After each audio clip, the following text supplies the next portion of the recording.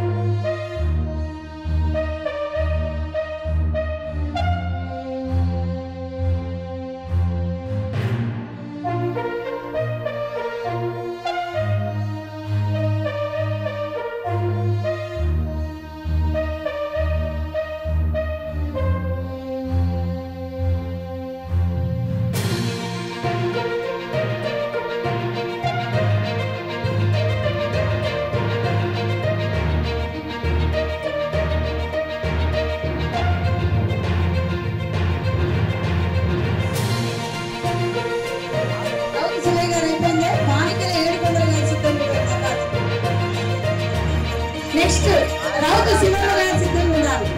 ఆ తర్వాత మానికల ఏడుకొండల గారు సిద్ధంగా ఉన్నారు. నెక్స్ట్ రౌతు శివమ్మ గారు.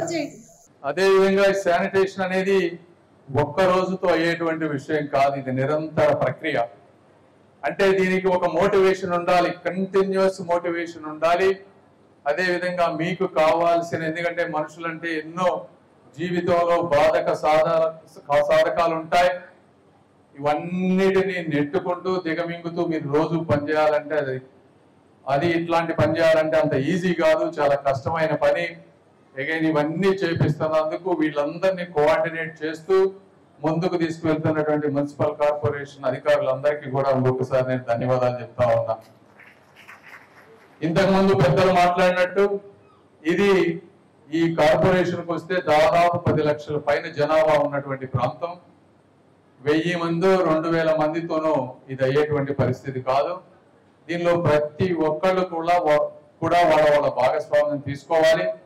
అపార్ట్మెంట్లో ఉండే వాళ్ళంతా కూడా ఒక కమ్యూనిటీ మీటింగ్స్ లా పెట్టుకొని ఒక రెగ్యులర్ గా చేసుకోవాలి. చెట్లు నాటించాలి, డస్ట్బిన్స్ పెట్టుకోవాలి. లేదంటే చెత్త ఎక్కడ పడితే అక్కడ కలెక్టర్ గారు చెప్పినట్టు రోడ్ల మీద వేయకుండా ఉంటే మనందరం కూడా ఈ ప్రాంతంలో ఒక గుంటూరుని గ్రీన్ అండ్ క్లీన్ సిటీగా చేయగలుగుతాం.